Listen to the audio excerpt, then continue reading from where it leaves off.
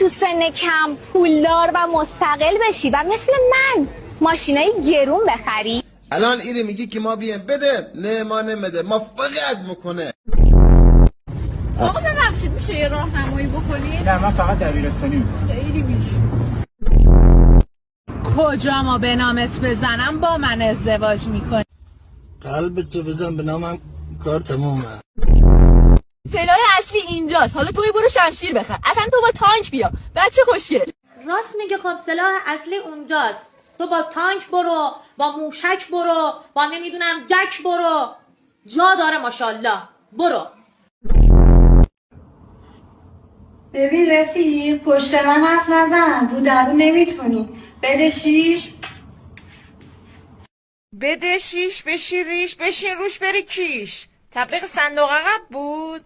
فهمیدین صندوق عقب داره یا بیشتر نشون بده؟